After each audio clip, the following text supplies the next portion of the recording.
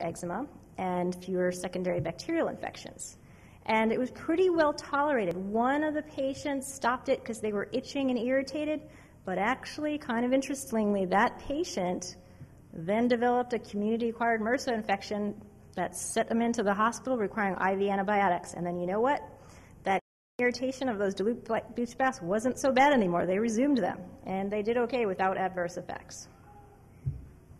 So this is the concentration they used in that study, and this is the concentration we often use. And there you may hear variations on the theme, but generally that sodium hypochlorite bleach generally recommend a half a cup of bleach in a full bathtub, which generally is a 40 or 50-gallon tub, depending on the size of your bathtub, or you're preparing a quarter cup in a half a bathtub of water. And we heard about adding salt to the water as well to make it more of a normal saline or isotonic, similar to the level of salts in your cells, to make it less painful or irritating, might be helpful. And the important thing is to rinse that bleach off before you use it. Okay. Then how often do we use it? Usually about 2 to 4 times a week. Some patients bathe every other day with it. How long should you stay in? We're always asked, and we don't know the exact answer, but generally up to 15 minutes is what we're recommending. More than 15 minutes may not be more beneficial. If your child likes or you like to stay in the bath water longer, you'll hear from Jerry to tell you to rinse off and then stay longer in the bath in regular water after that. But again, rinsing off that bleach before you reapply your dressings is important to do. Some of our patients just won't get into the bath for whatever reason. Getting into the bath is a struggle. They don't like sitting in the bathtub for whatever reason. We recommend rinsing the skin or the wounds with a dilute bleach preparation. And this is 1 to 2 teaspoons of bleach in a gallon of water, again, rinsing after use. And this has been helpful also for some of our toddlers or patients that can't sit still in a bath and might splash around, and we're concerned about that dilute bleach getting into their eyes. And the other thing to note is that generally we don't recommend dilute bleach baths under age 1. We're just more concerned about the absorption in these younger patients. But talk to your doctor, of course, about the recommendations that we're talking about. And again, don't splash, don't swallow, don't get into your eyes. Keep that bleach out of the reach of children in that child safety-proof bottle. Another practical advice is to make sure you dilute it, again, before you come in contact with the dilute bleach preparation. And then just a practical recommendation is don't make up a dilute bleach preparation and then store it in a milk gallon container, other unlabeled container. That's how accidental ingestions have occurred. And don't mix it with your vinegar, and don't mix it with any ammonia because it'll create a noxious gas, not good. And have your poison control number around anytime you have bleach in your house, you should. So the good things about bleach, it's very inexpensive, it's readily available, and just as opposed to mucuricin resistance, which we see on the rise, we haven't seen antibiotic resistance to bleach.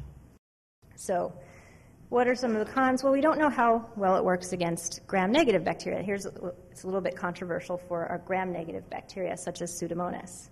So this brings us to the next item on our grocery list, which is vinegar, right? So vinegar comes as a 3 to 5% concentration of acetic acid, and we're recommending it be diluted further before use, generally as a compress, and found it to be useful against gram-negative bacteria such as Pseudomonas and useful against yeast.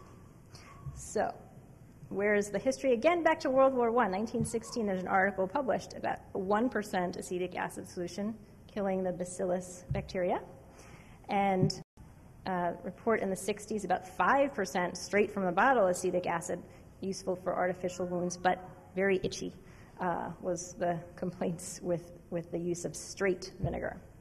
And another study actually, again, the 3% form in the lab, the vinegar in 3% form did kill Pseudomonas and other bacterial organisms.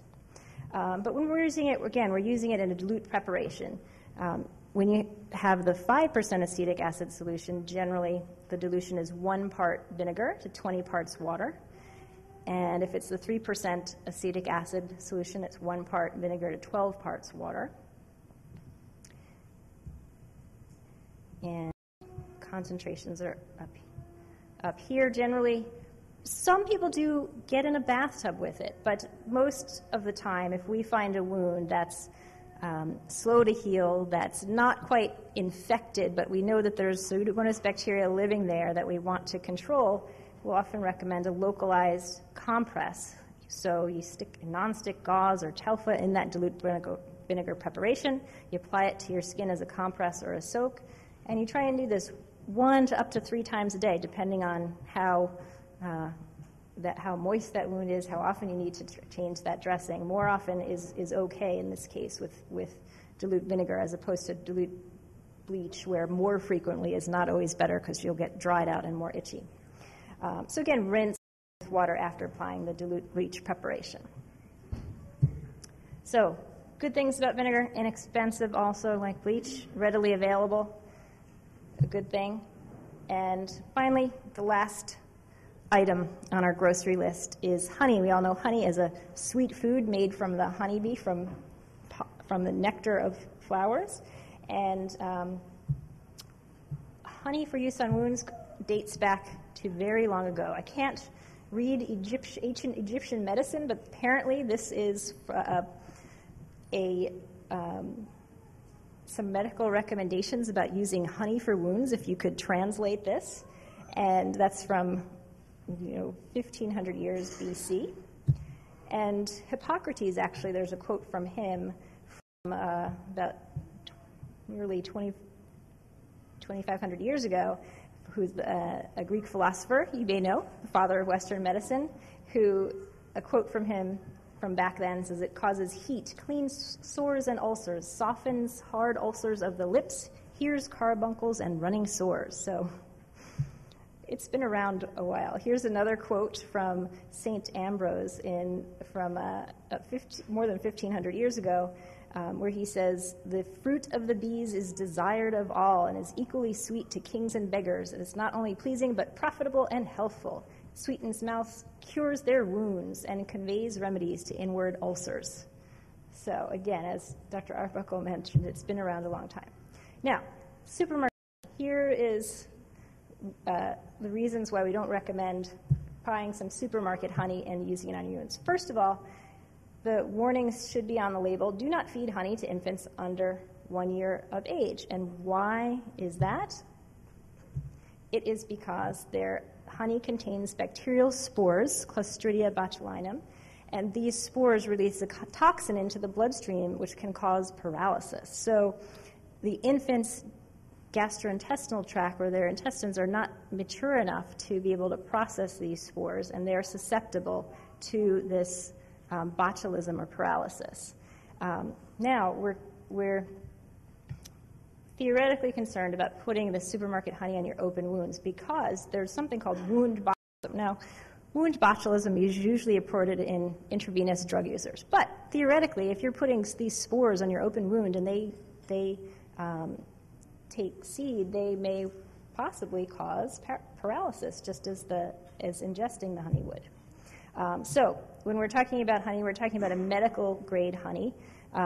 Manuka honey is one particular type of honey that's been shown to have antibacterial properties.